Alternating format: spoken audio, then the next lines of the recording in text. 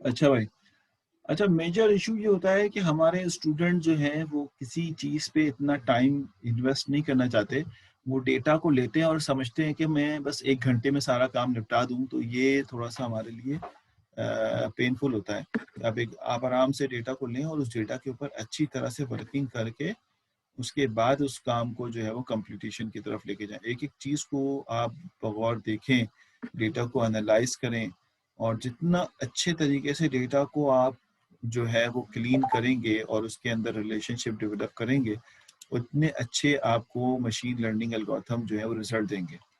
Data अधूरा रह गया, तो बेसिकली आप मशीन लर्निंग के जितने एल्गोरिथम लगा लें, तो वो उतने बेहतर रिजल्ट नहीं दे सके। जैसे कहते हैं ना, डॉक्टर कहता है ये दवाइयाँ तो ले लो, लेकिन परहेज़ी भी करनी है आपने। तो आप परहेज़ ही नहीं कर रहे, दवाइयाँ खा जा रहे हैं, तो उम्मीद अल्लाह की ज़्यादा से उम्मीद है ठीक तो हो जाएँगे, लेकिन थोड़ा टाइम ज़्यादा लग जाएगा, है ना?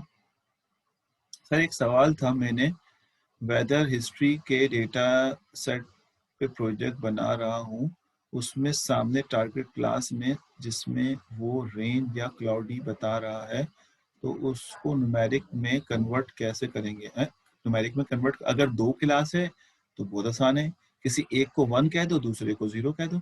इसकी तो तुम हॉट इनकोडिंग कर लो, तो वो बता देगा कि एक जो है वो ये है और ये। अगर एक से ज़्यादा है तो भी आपकी इन हॉट इनकोडिंग में कन्वर्ट कर लो।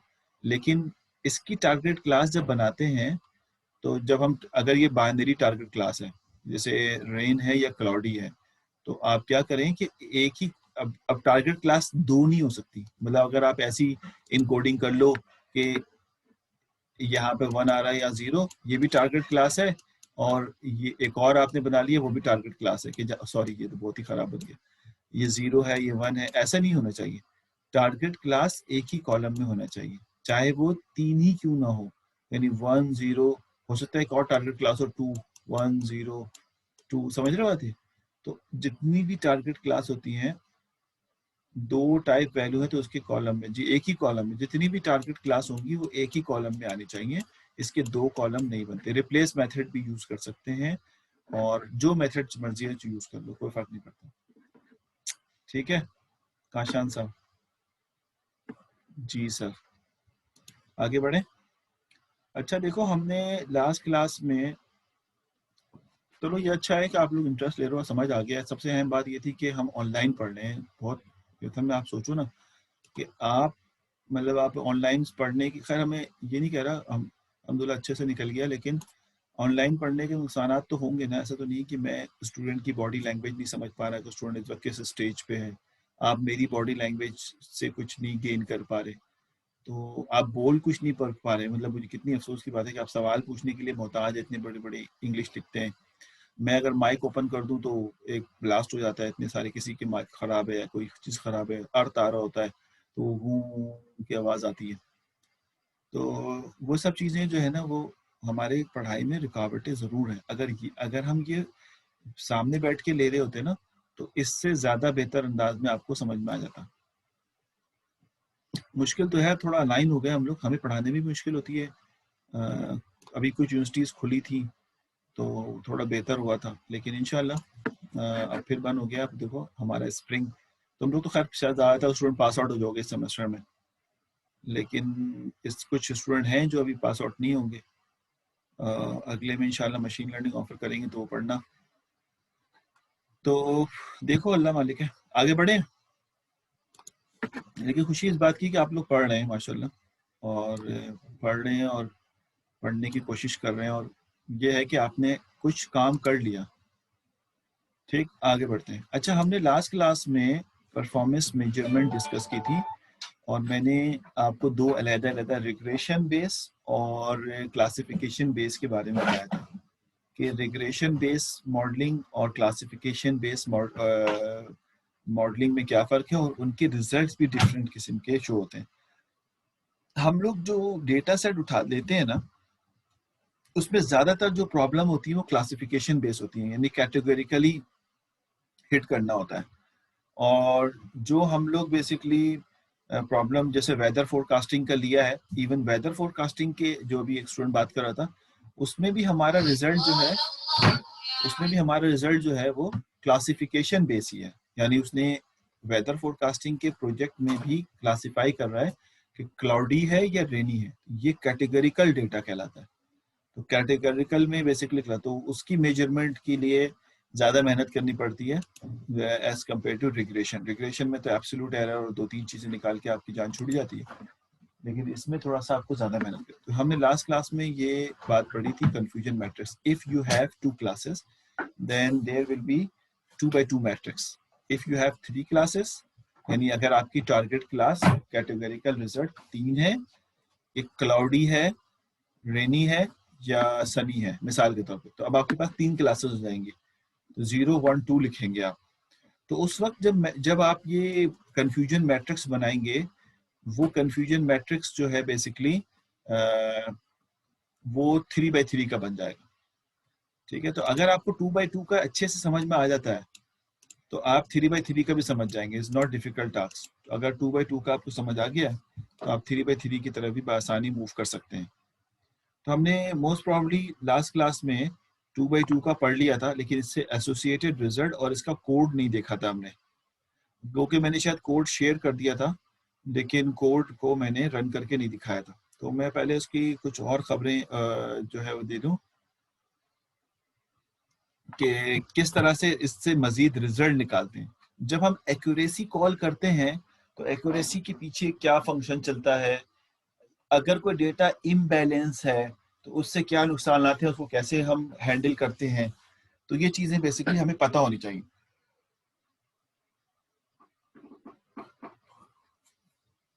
ठीक है, तो कैसे पता चलेंगे आइए देखते हैं। इसमें मैं एक दफा रिवाइज कर देता हूँ उसको, ताकि आप में से जो लास्ट क्लास में नहीं था, अभी 29 है, 3:30 पे देखना कि 29 कहाँ चला जाएगा।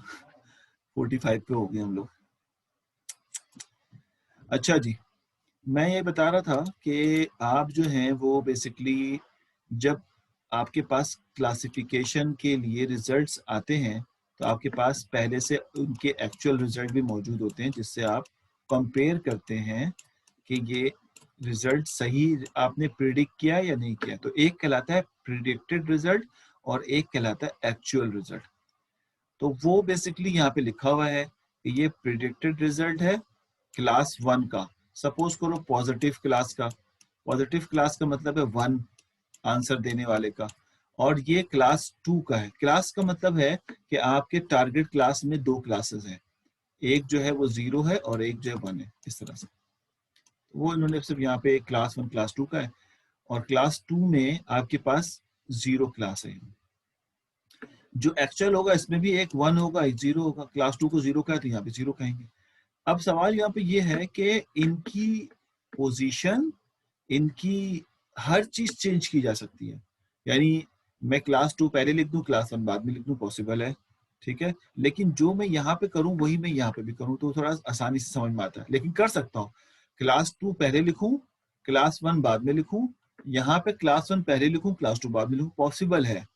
हमें इनकी पोजीशन से इसको याद नहीं रखना कि टीपी यहीं पे होगा, एफएन यहीं पे होगा, ये इस तरह याद नहीं रखना।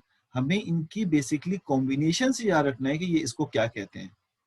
ठीक है, तो कहता ये है कि अगर आपकी क्लास पॉजिटिव है, ठीक है, पॉजिटिव नेगेटिव मैंने इसलिए लिखा है कि इसमें पॉजिटिव नेगेटिव का जिक्र है, तो वो इसलिए मैंने यहाँ पे पॉजिटिव नेगेटिव रख दिया। अगर आपकी क्लास एक्चुअल में पॉजिटिव है और आपने उसको प्रिडिक्ट भी पॉजिटिव कर दिया है, यानी एक टेस्ट डेटा आया और वो 1 से बिलोंग करता था, और ठीक है बिलोंग करता था, आपको मालूम है एक्चुअल क्लास इसकी 1 है और आपने प्रिडिक्शन भी इसको 1 के साथ ही कर दिया है, तो इसको कहते हैं ट्रू पॉजिटिव। यानी आपकी क्लास एक्चुअल ट्रू थी, ठीक है, और आपने प्रिडिक्ट भी इसको क्या कर दिया, ट्रू कर दिया, तो इसको कहते हैं ट्रू पॉजिटिव। ट्रू पॉजिटिव का मतलब है कि पॉजिटिव वाले रिजल्ट का आपने आंसर सही दिया है। ट्रू पॉजिटिव, आपने पॉजिटिव वाले रिजल्ट का आंसर सही दिया। अब दूसरे को देखें, इसी वाले कॉलम में आगे जा रहा हूं। एक्चुअल में 1 है लेकिन आपने गलती से इसकी प्रिडिक्शन 0 के साथ कर दी, तो क्या मतलब हुआ कि आपका एक्चुअल 1 था लेकिन आपने इसको क्लासिफाई कर दिया नेगेटिव वाले के साथ, तो रिजल्ट गलत हो गया। किसकी वजह से हुआ? नेगेटिव की वजह से हुआ। तो उसको कहते हैं फॉल्स नेगेटिव, कि आपके पास रिजल्ट नेगेटिव आ गया, ठीक है, और ये रिजल्ट नेगेटिव की वजह से फॉल्स हो गया। रिजल्ट नेगेटिव आ गया, प्रिडिक्शन का रिजल्ट नेगेटिव आ गया, और ये बेसिकली फॉल्स रिजल्ट है। ये समझ में आ गई होगी बात? ये अब जगह चेंज करने से कोई फर्क नहीं पड़ता। उसके बाद एक्चुअल में नेगेटिव है, एक्चुअल में नेगेटिव है, ठीक है, और आपने प्रिडिक्ट कर दिया पॉजिटिव, बिल्कुल ऐसा ही होगा जैसे यहाँ पे किया था कि नेगेटिव था पॉजिटिव, फॉल्स तो हुआ, नेगेटिव को पॉजिटिव कह दिया, और किसकी वजह से फॉल्स हुआ? पॉजिटिव की वजह से, फॉल्स पॉजिटिव। और एक्चुअल में नेगेटिव है, और आपने कहा भी उसको नेगेटिव है, ठीक है। तो अब आप कहेंगे कि एक्चुअल में नेगेटिव है और आपने इसको नेगेटिव कहा है, तो नेगेटिव को नेगेटिव कहने की वजह से ये ट्रू रिजल्ट है। समझ में आए थे? तो इस तरह से ये चार रिजल्ट जो है वो आगे पीछे करके इस्तेमाल किए जाते हैं। हमें इसमें कोई कंफ्यूजन नहीं होनी चाहिए कि भाई अगर मैं इसकी पोजीशन चेंज कर दूं कि ये दोनों उठ के यहाँ आ जाए और ये दोनों उठ के यहाँ चले जाएं और उनको भी आगे पीछे कर दूं, तो आप इसमें लिख ना सकें, क्या होगा? है confusion matrix. Sir false negative repeat कर दें। फॉल्स नेगेटिव, एक्चुअल पॉजिटिव था, एक्चुअल पॉजिटिव था, और आपने उसको प्रिडिक्ट कर दिया नेगेटिव। ये देखें क्लास 2 में इसको प्रिडिक्ट कर दिया, एक्चुअल में गया था पॉजिटिव लेकिन प्रिडिक्ट हो गया नेगेटिव। तो आप क्या कहेंगे कि गलती हो गई। गलती हो गई का मतलब है फॉल्स हो गया। गलती हो गई का मतलब क्या हुआ? फॉल्स हो गया। और किसकी वजह से फॉल्स हुआ? पॉजिटिव था लेकिन नेगेटिव कर दिया, इस वजह से गलत हो गया। तो फॉल्स नेगेटिव, फॉल्स हुआ है नेगेटिव कहने की वजह से, फॉल्स हुआ है पॉजिटिव कहने की वजह से। समझ आए? ट्रू हुआ है पॉजिटिव कहने की वजह से, क्योंकि पॉजिटिव था, पॉजिटिव कहा, ट्रू हो गया। ट्रू हुआ है नेगेटिव कहने की वजह से, नेगेटिव था, नेगेटिव ही कह दिया आपने उसको, तो ट्रू हो गया ना।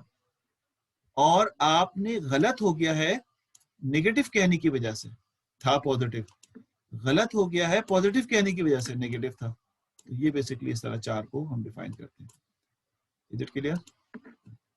अब सवाल सुनो भाई, आपने आंसर देने। सवालात ये हैं कि सपोज करो कि जब मैंने रिजल्ट निकाले तो इसका रिजल्ट आ गया 50,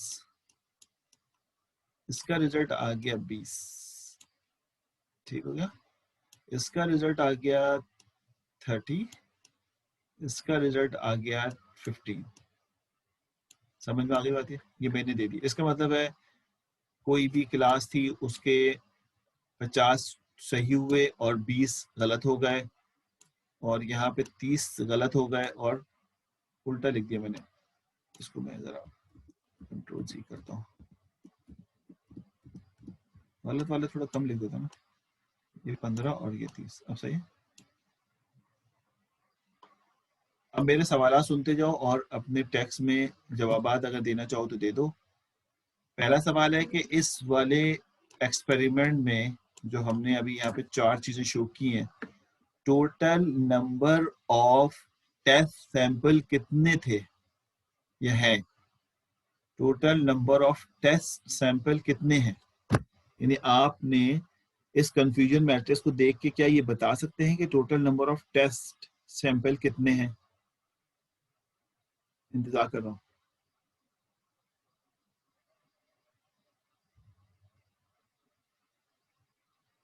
मोहम्मद, दो टेस्ट सैंपल थोड़ी हैं, दो तो क्लासें हैं। टोटल टेस्ट सैंपल कितने हैं? अब मोहम्मद ने सही आंसर दिया। इब्ने ईमान, इब्ने ईमान, टेस्ट सैंपल कितने हैं? Test sample, total test sample. Fawaz Faisal गलत। टोटल टेस्ट सैंपल, कितना डेटा टेस्ट के लिए भेजा गया, इस कंफ्यूजन मैट्रिक्स से निकालना है। Rifat 45, total test sample. Kashan 115, Turab 115। जी सर, बेहतरीन बेहतरीन, 115 वाले बेहतरीन। हसन नाजिर सब बेहतरीन। बाकी लोग भी आंसर दे दो, शर्माओ नहीं। ईशान यासीन 115 सही है आंसर। चलो अब ठीक है, तो मैंने बोल दिया ना सही है आंसर 115। अच्छा, जिन्होंने 115 नहीं बोला बहुत अच्छी बात है। अच्छा, गलत कर बोलेंगे तो सही की तरफ जाएंगे ना, पहले ही सही बोल देंगे तो हमारी लर्निंग क्या होगी? तो वो लर्निंग नहीं है, बल्कि हमें बेसिकली लर्निंग हमारी हमेशा उससे होती है कि जब आप गलत बोलें। तो वो जो गलत बोल रहे हैं वो भी बहुत अच्छी बात है, ताकि मुझे समझाने का मौका मिले। देखो, टेस्ट सैंपल का मतलब ये है कि आपने एक टेस्टिंग डेटा जब लिया था, जब आपने एक टेस्टिंग डेटा लिया था तो इसमें इसके सैंपल होंगे ना, और इसको आपने मॉडल से पास किया था। मॉडल तो उसने आपको प्रिडिक्शन रिजल्ट दी थी, प्रिडिक्शन रिजल्ट। ठीक है, अब ये टेस्ट रिजल्ट पहला वाला था, ये 1 हो गया, ये 2 हो गया, और इसकी जो प्रिडिक्टेड रिजल्ट है ये इन चारों में से कहीं लाई करेंगे कि अगर ये पॉजिटिव है तो हो सकता है कि आंसर पॉजिटिव ही आया हो, और अगर ये पॉजिटिव है तो हो सकता है आंसर नेगेटिव आया हो। समझ रहे हो मेरी बात?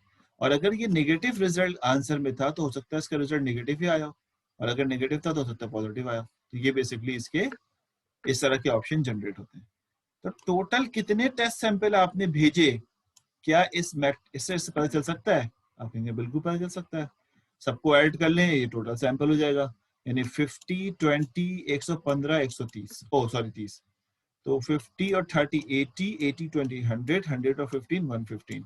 तो 115, 115 बेसिकली आपने टोटल टेस्ट सैंपल भेजे। ये बात समझ में आती है? दोबारा बताऊं, समझ में आ गई बात है जिन्होंने गलत लिखा था? अब दूसरा सवाल है।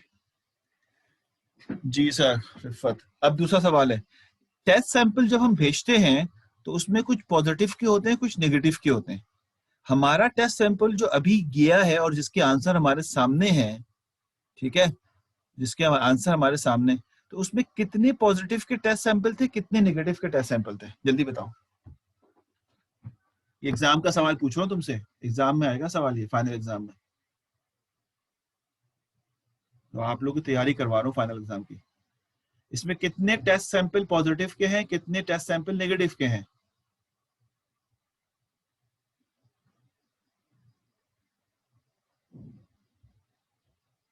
रवा गलत लग रहा है मुझे आंसर।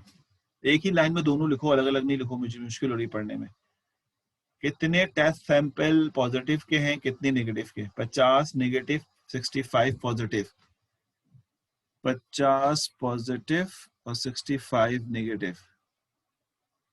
आंसर तुम लोग नहीं दे पा रहे हो भाई। थिंक थिंक, पहले आप सोचें, ना दे आंसर। अब ये एक आंसर कुछ बेहतर लग रहा है इब्ने अमीन का, लेकिन ये गलत है।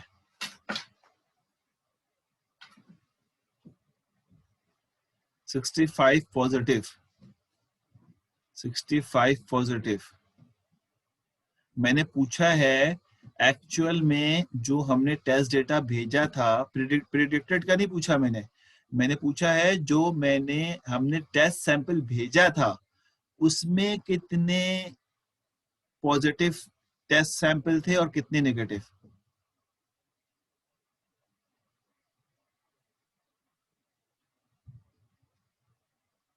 ये इब्ने अमीन तुम्हारा करीब तरीन, लेकिन गलत है।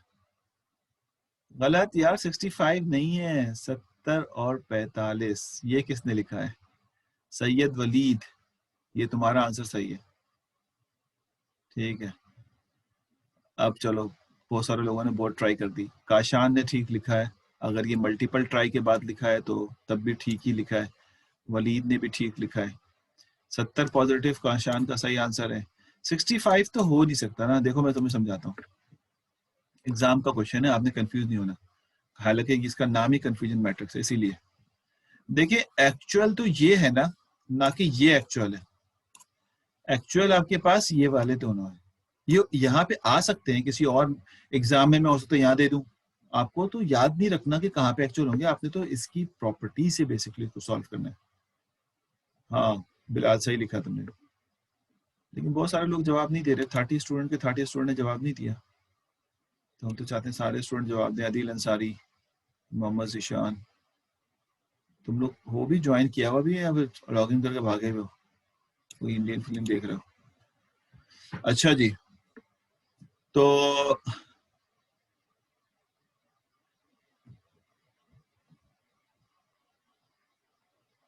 हाँ ये गलत है, मैं बता रहा हूँ, सुनो अभी इधर गौर से। तो इसका मतलब है कि ये एक्चुअल है, ये एक्चुअल।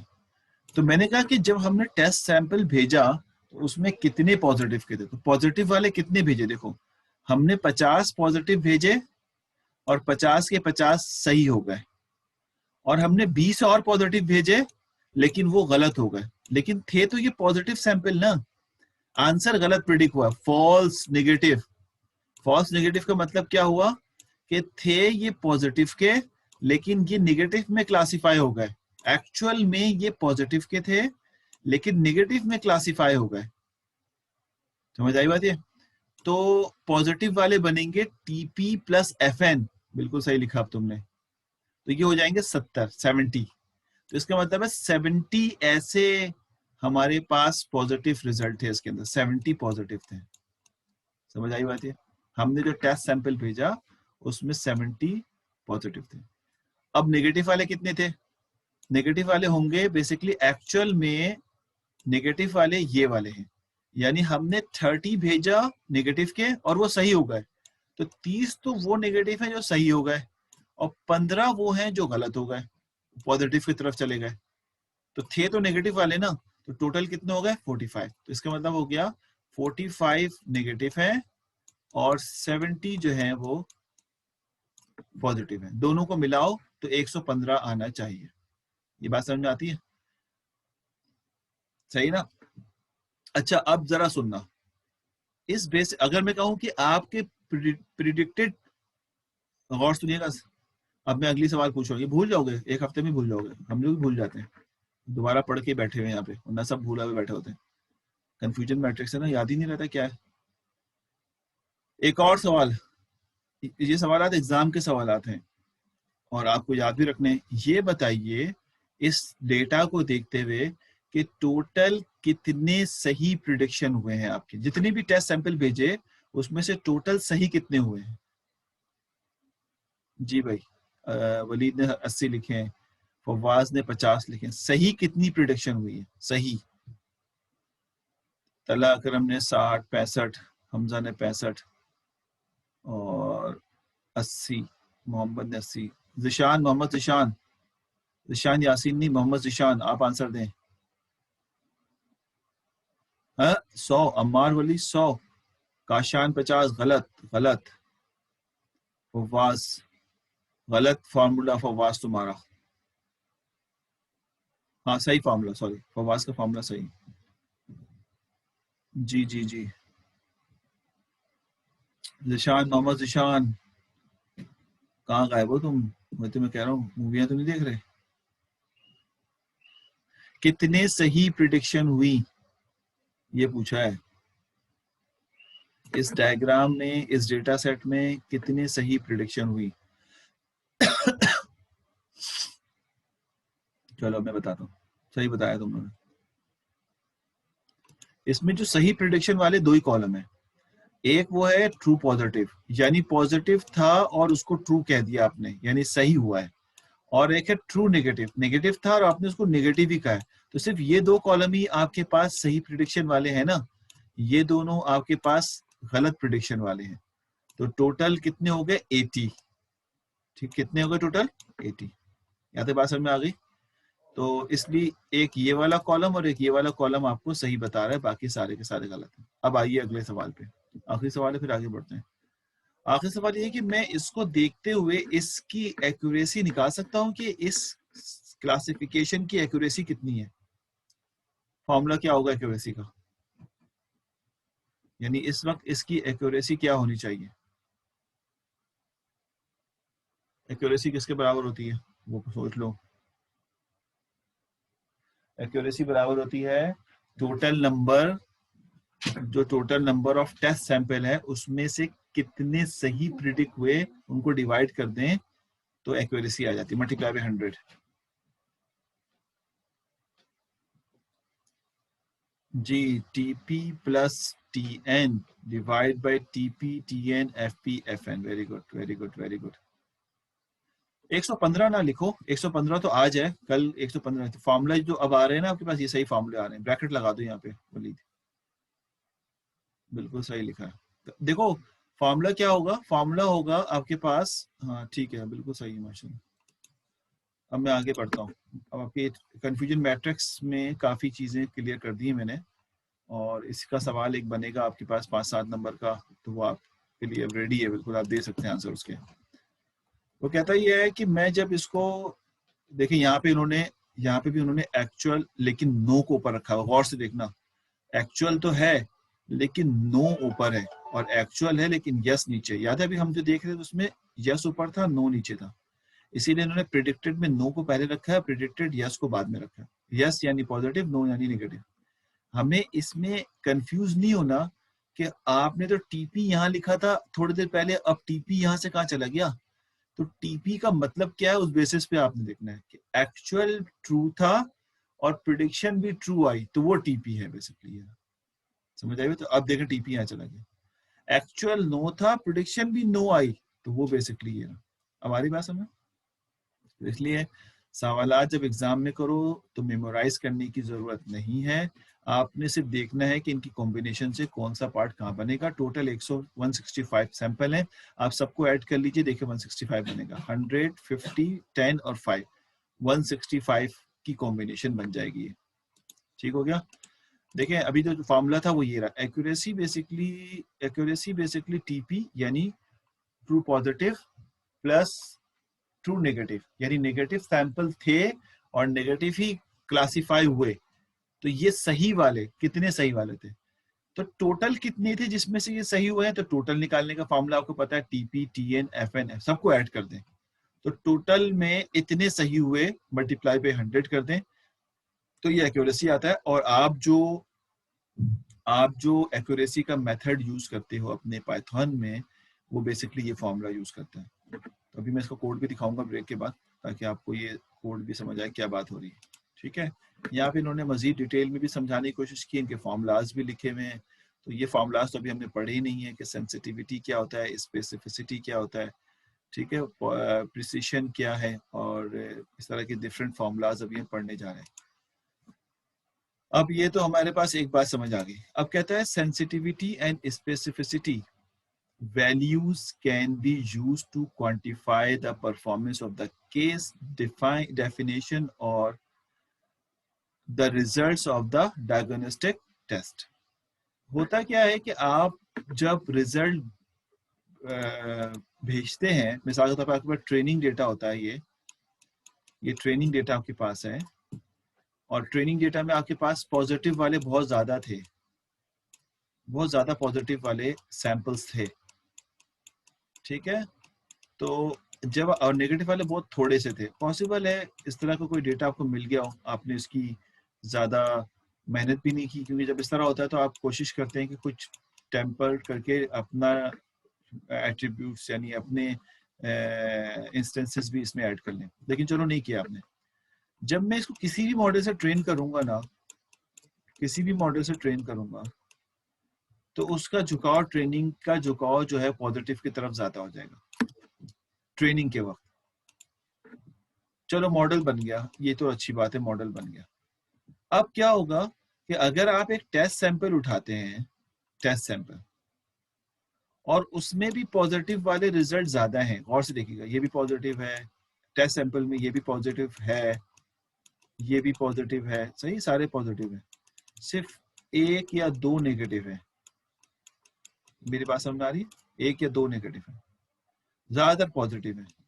जब आप इस टेस्ट डेटा को इस मॉडल से ट्रेन के लिए भेजेंगे, इशू समझना, ये सब हमें नजर थोड़ी आ रहा होता है डेटा में, तो हमें पहले से कैटर करना पड़ता है, इस तरह के रिजल्ट जनरेट करने पड़ते हैं, पता चले। तो आपके पास अगर यहाँ पर मिसाल के तौर पर 100 में से 98 पॉजिटिव सैंपल हैं और दो ही खाली नेगेटिव, ऐसा होता नहीं है लेकिन मैंने समझाने के लिए बता रहा हूँ, दो नेगेटिव सैंपल हैं और आपकी ट्रेनिंग में भी पॉजिटिव सैंपल ज्यादा थे, तो जब आप इस मॉडल से पास करेंगे तो आपकी एक्यूरेसी बढ़ती चली जाएगी, क्योंकि पॉजिटिव डेटा ज्यादा ट्रेन हुआ है और पॉजिटिव सैंपल एग्जिस्ट करते थे। तो जब आप इसको मैप करेंगे इसके ऊपर, तो आपके पास प्रिडिक्शन रिजल्ट सही आने शुरू हो जाएंगे। तो पहला भेजा पॉजिटिव, उसने सही बता दिया, क्योंकि यहाँ पॉजिटिव से ही ट्रेन हुआ है ज्यादातर। और आपके पास प्रोबेबली 98 के 98 रिजल्ट सही आ जाए, यहाँ पे सही प्रिडिक्ट हो जाए। लेकिन जो दो बेचारे यहाँ पे नेगेटिव रिजल्ट है, जब इनको भेजेंगे तो पॉजिटिव के इन्फ्लुएंस की वजह से हो सकता है कि इसकी प्रिडिक्शन गलत हो जाए, और ये जो गलत हो जाए तो ये बेसिकली एक गलत और दूसरा भी गलत है, दो गलत। लेकिन ओवरऑल एक्यूरेसी अगर देखी जाए तो 98% ही रहेगी आपकी। कैसा रहा? ओवरऑल एक्यूरेसी 98% है, लेकिन ये कोई नहीं बता पा रहा अब यार मेरा मॉडल तो बहुत ही जबरदस्त है, 98% एक्यूरेसी आ रही, जैसे अभी थोड़ी देर पहले किसी स्टूडेंट ने पूछा था कि जबरदस्त 98% एक्यूरेसी आ रही। कोई ये नहीं सोच रहा कि इसकी 100% फेलियर एक्यूरेसी है नेगेटिव डेटा के ऊपर, ये कोई सोच ही नहीं रहा, और ना ही कोई देखने में इंटरेस्टेड है। वो कह रहे 98% एक्यूरेसी आ गई, सारा डेटा खराब शराब था, हमने उसको देखा भी नहीं और हमने इसको मॉडलिंग करके तैयार कर लिया, पॉजिटिव डेटा के लिए बेहतरीन रिजल्ट चल रहा है, 98 से कम रिजल्ट देता ही नहीं कभी, क्योंकि हमारे यहाँ ज्यादातर पॉजिटिव सैंपल्स एग्जिस्ट करते हैं। नेगेटिव डेटा पे 100% फेलियर, 100%, जहां नेगेटिव आता फेलियर, लेकिन कोई इसको कैटर नहीं कर रहा है क्योंकि इसका इन्फ्लुएंस इतना ज्यादा है। तो आपका मॉडल अच्छा है या नहीं अच्छा है, हम उसको पॉजिटिव और नेगेटिव को अलग अलग एक्यूरेसी निकाल के चेक करते हैं। अब आई बात समझ में? ऐसा नहीं कंबाइनली चेक करके हम सिर्फ एक्यूरेसी की बुनियाद पे अपने रिजल्ट को अच्छा कहना शुरू कर दें, उसमें इस तरह के कई मसले होते हैं। अब क्लियर हुआ क्या कहना चाह रहा हूँ? तो इस इश्यू को हैंडल करने के लिए हमने, यानी इन्होंने सेंसिटिविटी और स्पेसिफिसिटी का जो है वो सहारा लिया। सेंसिटिविटी जो है वो ट्रू पॉजिटिव को टारगेट करता है, यानी ट्रू सैंपल्स को हैंडल करता है, और स्पेसिफिसिटी बताता है नेगेटिव वाले को। अगर दोनों के रिजल्ट बहुत हाई हैं तो इसका मतलब आपका मॉडल ठीक है, लेकिन एक का रिजल्ट हाई है और एक का रिजल्ट लो है, ठीक है, तो फिर आप कहेंगे कि मॉडल में एक जो है वो ज्यादा हाई तरीके से ट्रेन हुआ है, दूसरा कम तरीके से ट्रेन हुआ है। तो इस तरह से आप स्पेसिफिसिटी और सेंसिटिविटी को दोनों को कैटर करते हैं रादर देन एक को कैटर करें, ताकि आपको पता चल सके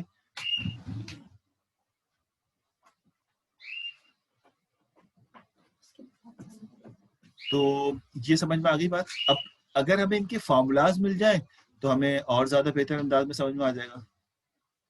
ठीक है, तो कोई सवाल है यहाँ पे? इश्यूज में कोई सवाल है? जो मैंने डायग्राम से समझाया, समझ आ गई ना इश्यूज? तो इसलिए हमें अलग कहता है, even with the highly specific diagnostic test, if a disease is uncommon among those people tested, a large portion of positive test result will be false positive. ठीक है, and the positive prediction value will be low. ये वही बात की जो भी हम करना चाह रहे थे। तो इस बेसिस पे उन्होंने कहा कि हम क्यों ना इनको अलग-अलग टेस्ट करें। तो उस अलग-अलग टेस्टिंग के लिए इसने कहा सेंसिटिविटी को पहले चेक करते हैं, और सेंसिटिविटी को हम रिकॉल भी कहते हैं, ये याद रखिएगा। सेंसिटिविटी जो है वो दूसरे लफ्जों में रिकॉल भी कहलाती है, इसका टेक्निकल नाम रिकॉल भी है। क्या कहता है? कहते हैं सेंसिटिविटी इज, मेरे ख्याल है मैंने जो टेबल दिया उसमें ये चीजें दी है मैंने ना, तो जो मैंने आपको प्रोजेक्ट के लिए दिया, सेंसिटिविटी जो है बेसिकली वो कहता है वो बराबर है ट्रू पॉजिटिव, कितने पॉजिटिव हुए, ठीक है, divide by true positive plus false negative. ये फॉल्स नेगेटिव कौन सा है जिशान साहब? फॉल्स नेगेटिव क्या होते हैं जिशान, मोहम्मद जिशान चलेगा क्या ये? अच्छा जिशान यासीन है, जिशान चला गया। अदील अंसारी, अदील बताओ ये फॉल्स नेगेटिव क्या होते हैं, ऐसे ही बता दो लिख के। ट्रू पॉजिटिव, ट्रू थे, ट्रू ही रहे, उसका आंसर प्रेडिक्ट भी ट्रू हुआ, डिवाइड बाय ट्रू पॉजिटिव। और फॉल्स नेगेटिव क्या होते हैं, कोई भी बता दे? चलो अब अगर वो नहीं, अदील नहीं बता रहे तो अदील से पूछा है, जो एक्चुअल में नेगेटिव थे मगर पॉजिटिव। ना ना ना ना ना ना, गलत बताया है अम्मार।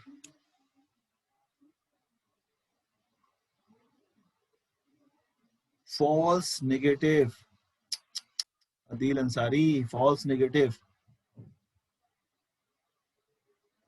गलत, सही से बताओ तो आप सही से बताओ, टेक्निकल वर्डिंग यूज करो। गलत हो गए तो गलत हो गए थोड़ी, पॉजिटिव हो गए नेगेटिव हो गए। लेकिन तुम्हारा आंसर गलत है, एक्चुअल में फॉल्स थे बट प्रिडिक्ट हो गए। अबे भाई तुम लोग फिर कंफ्यूज हो गए।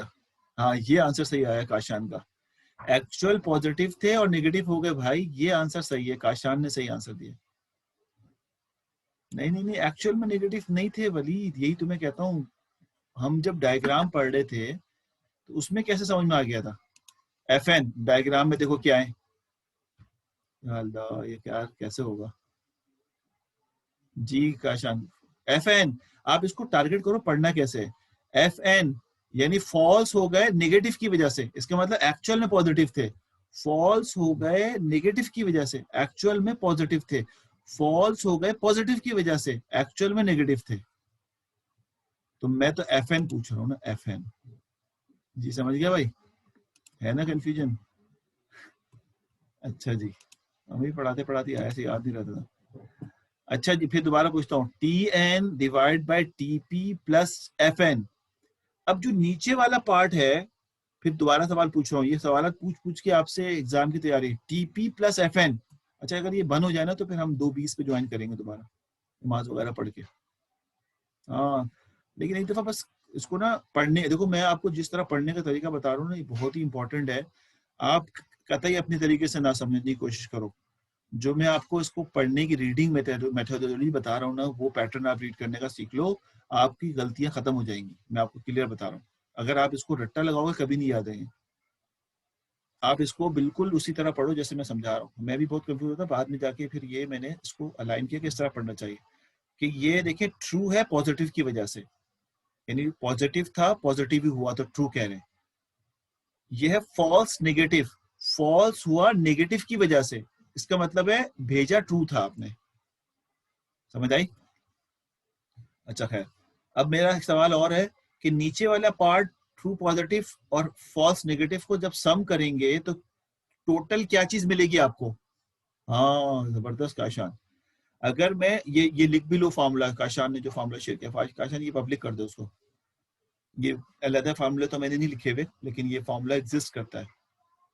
हाँ ये कि ट्रू पॉजिटिव और फॉल्स नेगेटिव, फॉल्स नेगेटिव वाले थे पॉजिटिव लेकिन आ गए हैं नेगेटिव, तो इसका मतलब है नीचे टोटल पॉजिटिव नंबर है। ये बताएगा, अब क्या बताएगा ये पॉजिटिव की एक्यूरेसी बताएगा कितनी रही है, बताएगा ना ये कि टोटल पॉजिटिव सही कितने रहे और टोटल कितने थे पॉजिटिव वाले सैंपल। अभी पूछ चुका हूं मैं ये। तो सेंसिटिविटी दोबारा बताता हूँ, अगर मैं रीड कर लूँ तो कोई फायदा नहीं ना, रीड करने का क्या, टीपीएन एफ एन बस निकल जाओ आगे। आप कॉन्सेप्ट क्लियर करो क्या बात हो रही है। तो sensitivity is also called recall. अच्छा ये बंद होने वाला है, हम 220 पे ज्वाइन करेंगे। सेंसिटिविटी, अच्छा हम किसी भी चीज की परसेंटेज कैसे निकालते हैं, आपकी परसेंटेज कैसे निकाली जाती है। आपने कहा कि मुझे टोटल जो है वो 600 मार्क्स मिले हैं, ठीक है 600 मार्क्स मिले हैं, लेकिन 600 मार्क्स टोटल मिले हैं मुझे, और वो 3 सब्जेक्ट और 6 सब्जेक्ट्स, सॉरी 10 सब्जेक्ट्स को बेसिकली जब सम किए तो उसके मेरे मार्क्स इतने हैं। हर सब्जेक्ट 100 नंबर का था, हर सब्जेक्ट 100 नंबर का था। तो टोटल कितना था, कितने आपके पास मार्क्स थे, आपके पास 1000, 1000 थे ना, तो 1000 में से आपको 600 मार्क्स टोटल मिले हैं। कल क्लियर हो रही बात है, तो आप कह देंगे हाँ मेरी 60% आई है, 60% मुझे मिला है। तो इसी तरह यहाँ होगा ना, टोटल टोटल पॉजिटिव वाले ये रहे,